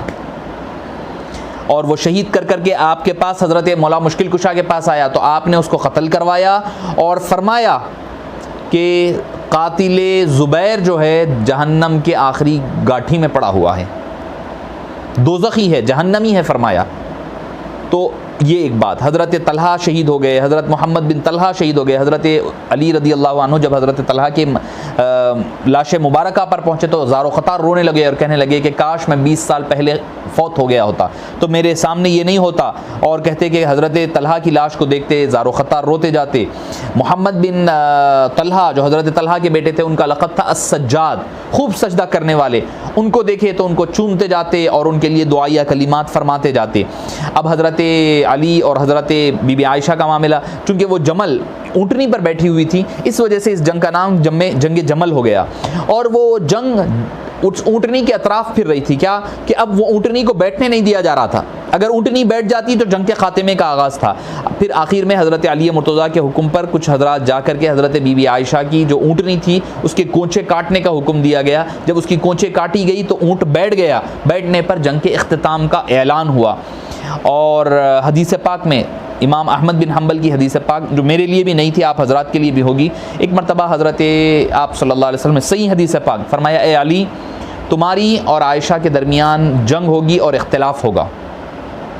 آپ صلی اللہ علیہ وسلم نے فرمایا تو حضرت علی نے فرمایا، یا رسول اللہ صلی اللہ علیہ وسلم میں اس وقت اگر وہ ہوگا تو میں سب سے بدبخت شخص ہوں گا اگر ایسا ہوگا تو۔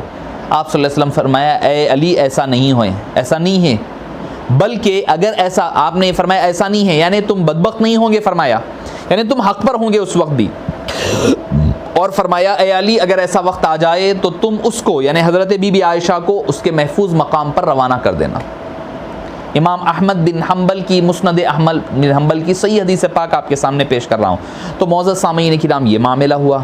اب یہ معاملہ ہونے کے بعد حضرت مولا مشکل کشا نے حضرت بی بی عائشہ کو ادب کے ساتھ، احترام کے ساتھ ان کے لیے مدینہ منورہ حضرت امام حسن وغیرہ کو بھیج کر کے مدینے کو روانہ فرمایا، اور بی بی عائشہ رضی اللہ عنہا باقی زندگی اپنے اس عمل پر یعنی آپ نے اس خروج پر آپ نادم رہی اور اس پر اکثر رویا کرتی تھیں۔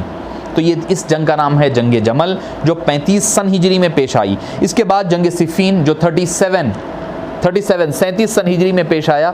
حضرت معاویہ رضی اللہ عنہ جو حضرت عثمان رضی اللہ عنہ کے دور میں شام کے حکمران تھے، حاکم تھے اور گورنر تھے، حضرت عمر کے دور میں بھی تھے، مگر حضرت عمر کیا کرتے تھے، تھوڑے وقفے کے بعد ان کو گورنرز کو چینج کر دیتے تھے تاکہ ان کے قدم جمنے سے پہلے ان کو تبدیل کر دیا جاتا۔ حضرت عثمان رضی اللہ عنہ نے حضرت امیر معاویہ کو چینج نہیں کیا بہت لمبے عرصے تک، اور دوسرے فلسطین وغیرہ کے علاقوں کو بھی اس میں آپ کی حکومت میں شامل فرما دیا، شام کے علاقوں میں۔ تو ایک پیرللی ایک مضبوط علاقہ بن چکا تھا حضرت امیر معاویہ رضی اللہ عنہ کا۔ حضرت امیر معاویہ حضرت قاتلین عثمان سے قصاص کا مطالبہ کرتے رہے۔ آپ نے حضرت علی کے ہاتھ پر بیعت نہیں کری تھی۔ حضرت علی خلیفہ وقت تھے، خلیفہ برحق تھے۔ آپ کا یہ عمل یقیناً حضرت علی کے خلاف خروج تھا، کیونکہ آگے حدیث پاک آپ کے پاس ہے، الفیۃ الباغیہ، بغاوت عمومی معنی میں کہی جا سکتی ہے مگر نسیانی نہیں بلکہ اجتہادی۔ اس غلطی کو یقیناً یہ غلطی تھی حضرت سیدنا امیر معاویہ رضی اللہ عنہ کی، مگر اہل سنت والجماعت اس کو اجتہادی غلطی اور خطا پر محمول کرتے ہیں، اور کہتے ہیں کہ چونکہ اجتہادی غلطی کرنے پر مجتہد سے غلطی اگر ہو جائے تب بھی وہ ثواب کا مستحق ہوتا ہے، مگر جو حق پر ہوتا ہے مجتہد اس کو دوہرا ثواب ملا کرتا ہے۔ تو معزز سامعین کرام، کیونکہ حضرت شاہ عبدالحق محسن دہلوی علیہ الرحمہ نے تکمیل الایمان میں بہت خوبصورت بات لکھی ہے اس مقام پر، جب یہ مشاجرات صحابہ وغیرہ ذکر کرتے ہیں، کہتے ہیں کہ کئی معاملات ایسے ہیں کہ حضرت علی اور حضرت معاویہ رضی اللہ عنہما کے جب ہم پڑھتے ہیں تو ہمارا دل ملول ہوتا ہے، کچھ دل میں شکوک و شبہات پیدا ہوتے ہیں۔ آپ فرماتے ہیں یہ ہونا حق ہے، یہ ہونا جائز ہے، مگر اس کے باوجود ہم صحابی ہونے کے اعتبار سے ان کی صحابیت کا احترام کرتے ہوئے، ان کی صحابیت کی اس عصمت کو ملحوظ رکھتے ہوئے، ہم اس کو نظر انداز کرتے ہوئے، اس سے درگزر کرتے ہوئے آگے بڑھ جانے میں اپنی بھلائی ہے۔ تو حضرت امیر معاویہ رضی اللہ عنہ حضرت علی کے خلاف خروج فرمائے۔ پہلے تو آپ نے بیعت نہیں کی، نمبر 1۔ نمبر 2، جنگ صفین کے لیے آپ تشریف لائے اور آپ کے ساتھ کم و بیش 70,000 لوگ تھے حضرت معاویہ کے ساتھ، حضرت مولا مشکل کشا کے ساتھ 1 لاکھ کے قریب لوگ تھے۔ صفین ایک مقام ہے شام کے قریب، وہاں پر جنگ ہوئی، 3 دن تک جنگ جاری رہی اور لڑائی ہوتی رہی، اور آخر میں جب جنگ ہارنے کا موقع آیا، جہاں ہار حضرت امیر معاویہ رہے تھے، حضرت علی جیت رہے تھے، اس وقت ہوا یہ کہ جو حضرت عمر بن العاص وغیرہ کے کہنے پر یا حضرت ابو موسیٰ اشعری وغیرہ کے کہنے پر انہوں نے قرآن کریم کو نیزوں پر اٹھایا، عمر بن العاص کے کہنے پر قرآن کو نیزوں پر اٹھایا۔ تو اب لازمی بات ہے حضرت علی مرتضیٰ رضی اللہ عنہ کی فوج نے جب قرآن نیزوں پر ہے تو انہوں نے نیزے چلانے سے، تلوار چلانے سے رک گئے۔ تو یہ جو جنگ ہے جیتی ہوئی بازی حضرت علی مشکل کشا نے اس کے بعد معاہدے کا ارادہ فرمایا، حالانکہ جیت چکے ہیں جنگ، اس کے باوجود آپ نے معاہدہ کیا۔ معاہدہ کرنے کے بعد آپ نے فرمایا ٹھیک ہے، شام کا علاقہ تمہارے حوالے رہے گا، تم شام میں عمارت کرو گے اور تمہاری حکومت جاری رہے گی گورنری، اب ہمیں آپ ڈسٹرب نہیں کرو گے، ہم آپ کو ڈسٹرب نہیں کریں گے۔ تو معزز سامعین کرام، چونکہ صحابی رسول ہونے کے حضرت امام احمد بن حنبل فرماتے ہیں حدیث کی شرح میں تقتلوک الفئۃ الباغیہ، حضرت عمار بن یاسر جس کے بارے میں آپ صلی اللہ علیہ وسلم نے فرمایا تھا کہ تمہیں ایک باغی گروہ قتل کرے گا، اور حضرت عمار بن یاسر کی شہادت جنگ صفین میں ہوئی، وہ حضرت مولا مشکل کشا کی طرف سے تھے، اور حضرت معاویہ سے جو جنگ ہو رہی تھی اس میں ان کی شہادت پیش آئی۔ تو آپ صلی اللہ علیہ وسلم نے فرمایا تمہیں ایک باغی گروہ قتل کرے گا، شہید کرے گا۔ حضرت احمد بن حنبل فرماتے ہیں کہ اس بارے میں بات نہیں کروں گا، اس سے میں پرہیز، حالانکہ آپ فرماتے ہیں یہ حق ہے کہ فئت باغیہ نے حضرت عمار کو شہید کیا، السنہ میں فرماتے ہیں، مگر الخلالی کی السنہ میں فرماتے ہیں، اب میں آپ کو تاریخ کا اب حوالہ دے رہا ہوں، اب تک میں احادیث آپ کے سامنے پیش کر رہا تھا۔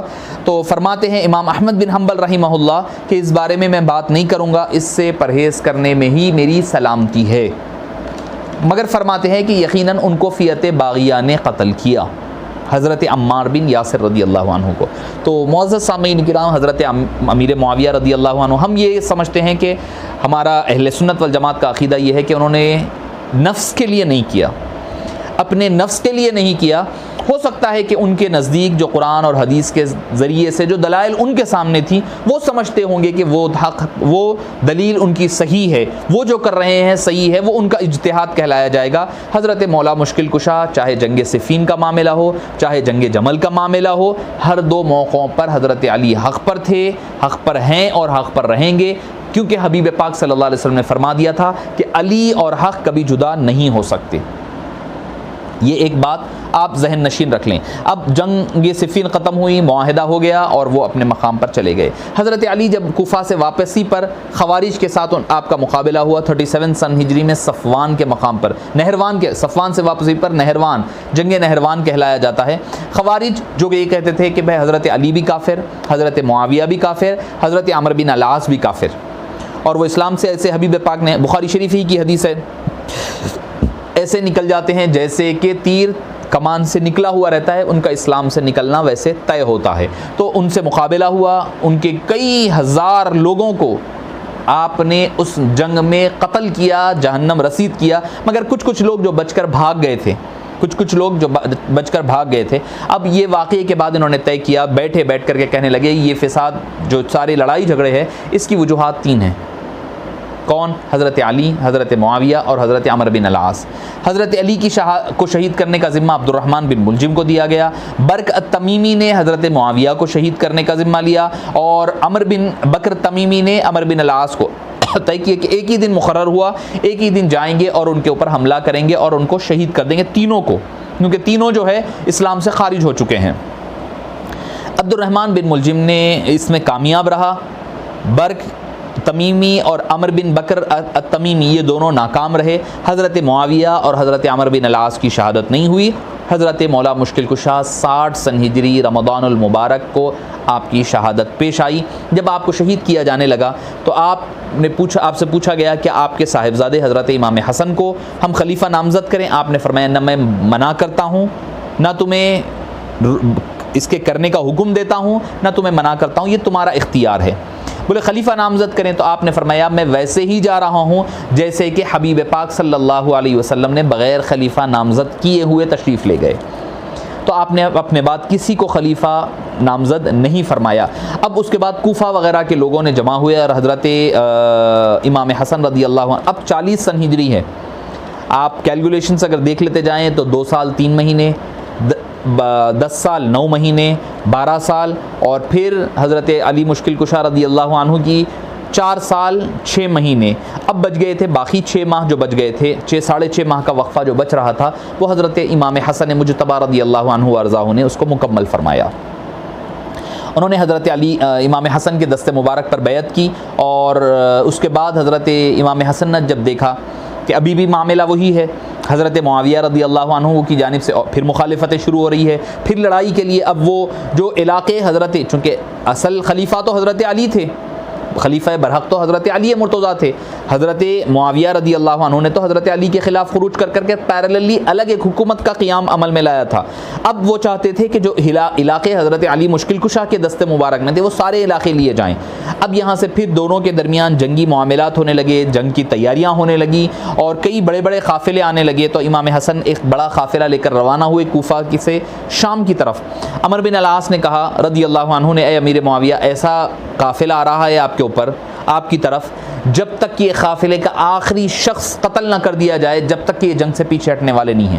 اتنی پکی ہمت کے ساتھ اور ارادے کے ساتھ آ رہے ہیں۔ تو آپ نے فرمایا کہ کون جائے گا ان سے مقابلے کے لیے ہماری جانب سے؟ تو عمر بن العاص نے کہا کہ میں جاؤں گا۔ پھر اس کے بعد جب بات چیت کا دور شروع ہوا، کئی دور چلتے رہے حضرت امام حسن میں اور حضرت معاویہ میں، دونوں میں بات چیت کے دور چلتے رہے۔ آخر میں حضرت امام حسن نے، جو حضرت علی کے دور میں بھی جنگوں کو دیکھ چکے تھے، جنگ جمل دیکھ چکے، امام حضرت عثمان کی شہادت، جنگ جمل، جنگ صفین، جنگ نہروان، ساری چیزیں معاملات آپ کے سامنے تھے، آپ نہیں چاہتے تھے کہ اور کوئی جنگ جاری رہے، اسی لیے آپ نے، اور حبیب پاک کی جو بشارت تھی وہ بھی تو پوری ہونی تھی۔ آپ نے فرمایا تھا کہ ہا ابنی ھذا سید، یہ میرا بیٹا سردار ہے، یصلح، کہ یہ صلح کرے گا، بین الفئتین المسلمین، کہ سیصلح بین الفئتین المسلمین، کہ 2 مسلمان گروہوں کے درمیان میرا یہ بیٹا صلح فرمائے گا۔ تو حبیب پاک صلی اللہ علیہ وسلم نے جو بشارت دی تھی وہ بشارت بھی پوری ہونی تھی۔ تو حضرت امیر امام حسن مجتبی علیہ السلام نے خلافت کو، چونکہ 30 سال بھی پورے ہو چکے تھے، حبیب پاک نے فرمایا تھا کہ الخلافت بعدی ل30 سنۃ، میرے بعد خلافت 30 سال جاری رہے گی، ثم یکون ملکن، تو اس کے بعد پھر بادشاہت ہوگی۔ تو اب یہاں سے خلافت کا اختتام ہو رہا ہے، خلافت راشدہ ختم ہو رہی ہے اور ملوکیت کا دور کا آغاز ہو رہا ہے، کیونکہ حضرت ابو بکر نے مانگ کر خلافت نہیں لی تھی، حضرت عمر فاروق نے مانگ کر خلافت نہیں لی، حضرت عثمان نے، حضرت علی نے، کسی نے، حضرت امام حسن نے، کسی نے مانگ کر نہیں لی تھی، چونکہ حضرت معاویہ رضی اللہ عنہ نے سارے علاقے کو مانگا تھا، اس وجہ سے خلافت کا دور یہاں پر اختتام ہو رہا ہے۔ اب یہاں سے ملوکیت کا آغاز ہوگا۔ حضرت امام حسن نے، اس کے بعد معاہدہ ہوا کہ خلافت حضرت امیر معاویہ کے بعد حضرت امام حسن کے حوالے ہوگی خلافت، اور اس کے بعد ان کے حضرت علی کے جو ماننے والے ہیں، خاندان والے ہیں، ان پر ظلم و ستم نہیں ہوگا، ان پر سب و شتم نہیں ہوگا، اور کئی معاہدے ہوئے ہیں کہ اتنا وظیفہ سالانہ مقرر۔ حضرت امیر معاویہ نے تو آپ کو پلین پیپر دے دیا تھا کہ آپ جو شرائط لکھ کر دینا چاہے لکھ کر دے دیں، مجھے منظور ہے، دستخط کر کر کے، مہر لگا کر کے۔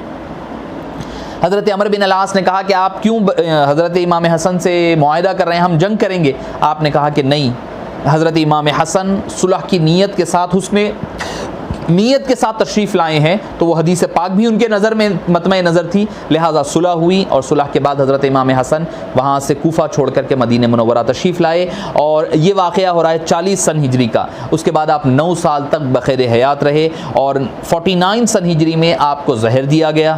آپ کی روایتوں میں آتا ہے کہ آپ کی بیوی جعدہ کی طرف سے کئی مرتبہ دیا گیا، مگر چونکہ حضرت امام حسن نے خود ذکر نہیں فرمایا۔ جب آپ کو زہر دیا گیا، شہادت کا وقت آیا، امام حسین تشریف لائے اور پوچھا کہ اے بھائی جان، آپ بتائیے کہ مجھے آپ کو کس نے زہر دیا؟ آپ نے پوچھا کیا کرو گے، کیا بدلہ لو گے؟ آپ نے فرمایا کہ یقیناً بدلہ لوں گا۔ آپ نے فرمایا اگر میں ظن اور گمان کی بنیاد پر کہوں گا اور تم جا کر کے اس کو قتل کرو گے تو میں گناہگار ہوں گا، تم گناہگار ہوگے ظن کی بنیاد پر۔ اگر میں جس کے بارے میں سوچ رہا ہوں وہی میرا قاتل ہے تو پھر میں اپنا معاملہ اللہ کے حوالے کرتا ہوں، اللہ بہترین حاکم ہے اور بہترین وہ اس کا بدلہ لینے والا ہے۔ تو معزز سامعین کرام، امام حسن مجتبیٰ رضی اللہ عنہ وارضاہ، حضرت معاویہ کا بھی دور چل ہی رہا تھا، 40 سے 60 تک چلا ہے حضرت معاویہ کا دور، 20 سال۔ 40 سن ہجری میں خلافت ختم ہوئی، 30 سال آپ صلی اللہ علیہ وسلم کے 10 سال، باقی کے 30 سال 40 سال، اب 40 سے لے کر کے 60 تک حضرت معاویہ رضی اللہ عنہ کا دور مبارک ہے۔ آپ کا دور چل رہا تھا، آپ کا دور یقیناً اس میں امن و امان تھا، کوئی جنگیں ہمیں نظر نہیں آتی کہ جس طرح جنگیں جو حضرت عثمان کے آخر 6 سال سے جو چل رہا تھا وہ سلسلے میں اب یہاں پر ایک ٹھہراؤ آیا، اب وہاں پر جنگوں کا سلسلہ رکا، امن و امان قائم ہوا۔ اب مسلمانوں کی جو فتوحات کا سلسلہ رک گیا تھا جو قسطنطنیہ وغیرہ کی طرف، اب اس طرف جو باقی ماندہ جو فتوحات تھی وہ تکمیل ہونے لگی، وہ تکمیلے کی طرف، اسپین کی طرف واقعات مسلمان اسپین کی طرف آگے بڑھنے لگے۔ اور جب امام حسن مجتبیٰ رضی اللہ عنہ علیہ السلام کی شہادت ہوئی، آپ چاہتے تھے کہ حبیب پاک صلی اللہ علیہ وسلم کے پہلو میں آرام فرمائے۔ میں اپنی بات آخر کر کے میں اپنی گفتگو کو آج کی ہماری گفتگو ختم ہو رہی ہے۔ حضرت امام حسن مجتبیٰ چاہتے تھے کہ حبیب پاک صلی اللہ علیہ وسلم کے پہلو مبارک میں، روضہ مبارک میں تدفین چاہتے تھے۔ آپ نے حضرت بی بی عائشہ کے سامنے اپنا معروضہ روانہ کیا تو حضرت بی بی عائشہ رضی اللہ عنہا نے فرمایا کہ میں حضرت امام حسن کو انکار نہیں کر سکتی، وہ امام حسن برابر اس میں تدفین ہو سکتی ہے، کوئی مذائقہ نہیں ہے، طے ہو گئی بات۔ مگر حضرت امام حسن مجتبیٰ کو خدشہ تھا، مروان بن حکم جس کا ذکر میں نے حکم بن عاص کا ذکر کیا تھا، اسی کا بیٹا مروان بن حکم جو اس وقت حاکم مدینہ تھا، اس کے بارے میں پتا تھا وہ کس قسم کی طبیعت کا آدمی ہے۔ حضرت امام حسن نے اپنے بھائی امام حسین کو حکم دیا کہ دیکھو کوشش یہ کرنا کہ مجھے وہ جو مقام ہے حبیب پاک کے روضہ مبارکہ میں تدفین کی کوشش کرنا، اگر مروان تمہیں روکنے کی کوشش کرے تو تم لڑائی جھگڑا نہ کرنا، بلکہ مجھے لے جا کر میری والدہ ماجدہ کے پہلو میں بقیع میں تدفین کر دینا۔ کس قدر آپ اندازہ لگائیے کہ کون نہیں چاہے گا کہ مدینہ منورہ میں حبیب پاک کے روضہ مبارک کے پہلو میں حبیب پاک کے تدفین، مگر امت میں لڑائی جھگڑے کو روکنے کے لیے امام حسن مجتبیٰ نے وہ بھی قربانی دینے کے لیے تیار ہوئے اور قربانی دیا بھی۔ اور یہاں تک کہ روایتوں میں آتا ہے کہ جب آپ کا جنازہ مبارکہ لے جایا جا رہا تھا تو روکا اس نے، یہاں تک کہ تیر چلائے گئے آپ کے ڈولے مبارکہ پر، جنازہ مبارکہ پر۔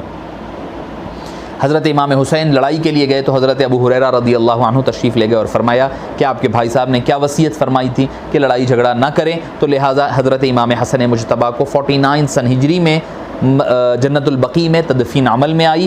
اور پھر اس کے بعد جب حضرت امام حسن کی بھی شہادت ہو گئی تو حضرت معاویہ رضی اللہ عنہ اپنے جب آخر وقت تھا، آپ کا علالت کا دور شروع ہوا، تو آپ نے یزید کے لیے لوگوں سے بیعت لینے کا آغاز کیا، ولید بن مغیرہ رضی اللہ عنہ کے مشورے پر۔ ولید بن مغیرہ رضی اللہ عنہ کے مشورے پر آپ نے یزید کے بیعت کا آغاز کر دیا۔ لوگ کہتے ہیں نہیں آپ نے بیعت نہیں لی، آپ کو بعد میں جو ہے حضرت معاویہ کی وفات کے بعد وہ یزید اپنے آپ بیٹھ گیا۔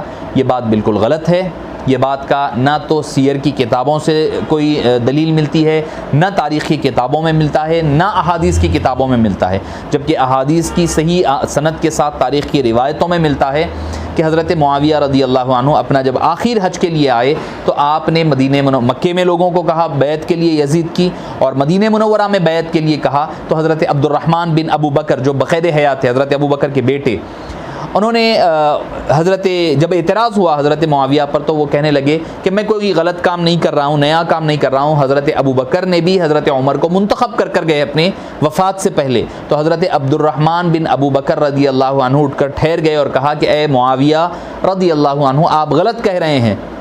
حضرت ابو بکر نے یقیناً حضرت عمر کو اپوائنٹ کیا، مگر حضرت ابو بکر کے بیٹے کا نام عمر نہیں تھا، حضرت ابو بکر کے وہ بھائی بھی نہیں تھے، رشتہ دار نہیں تھے، بلکہ اس وقت سب سے افضل ترین شخص جو تھے ان کو انتخاب فرمایا۔ جبکہ آپ اپنے بیٹے یزید کو منتخب کر رہے ہیں تو ہمیں یہ منظور نہیں ہے۔ تو اجلہ صحابہ کرام جو اس وقت موجود تھے انہوں نے بیعت نہیں کی، جن میں حضرت عبد الرحمن بن ابو بکر ہے، حضرت عبداللہ بن عمر ہے، حضرت عبداللہ بن زبیر۔ اب یہی کبار صحابہ یہی تھے۔ اب اس وقت کبار صحابہ جو ہے چونکہ یہ لوگ جو تھے اب نوجوان تھے، صحابیوں میں جو بڑی عمر کے تھے وہ تو آہستہ آہستہ فوت ہونے لگے تھے.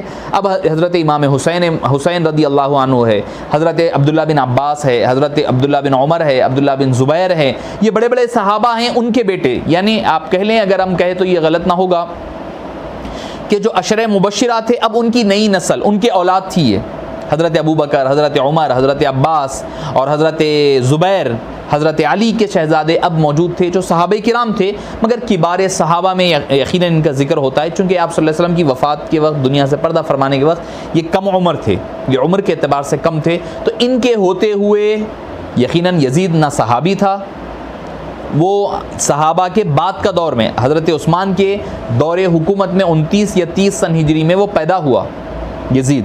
تو آگے کی بات انشاءاللہ ہم کل کرتے ہیں، مگر حضرت امیر معاویہ نے اپنے عمر کے آخری ایام میں یزید کی بیعت کا ارادہ کیا، اور کچھ شام وغیرہ کے علاقے، کچھ طوعاً، کچھ کرہن، کچھ اپنی مرضی سے، کچھ ڈر اور خوف کی وجہ سے کئی لوگوں نے بیعت یزید کی کر لی، مگر اہل مدینہ جو سب کے جیسے آپ کہہ لیں کہ بھئی جو مسلمانوں کا جو کریمی لیول تھا، کئی معاملات میں اہل مدینہ کے عمل کو فوقیت دی جاتی ہے، وہ اہل مدینہ نے ابھی یزید کی بیعت نہیں کی تھی یزید کی. ایک تو یہ کہ انداز انتخاب پر اعتراض تھا، وہ جو اعتراض تھا انشاءاللہ ہم کل گفتگو کریں گے اس پر، انداز انتخاب پر اعتراض تھا، پلس یزید کے کیریکٹر کے بارے میں ان کو شکوک و شبہات جو تھے اس کا تذکرہ انشاءاللہ کل ہوگا. اللہ پاک سے دعا ہے کہ جو کچھ کہا اور سنا گیا اس کو قبول فرما، کہنے اور سننے والوں کو عمل کی توفیق نصیب فرما. وصلی اللہ تعالی وسلم علی خیر خلقہ سیدنا محمد وعلی آلہ وصحبہ اجمعین والحمد للہ رب العالمین.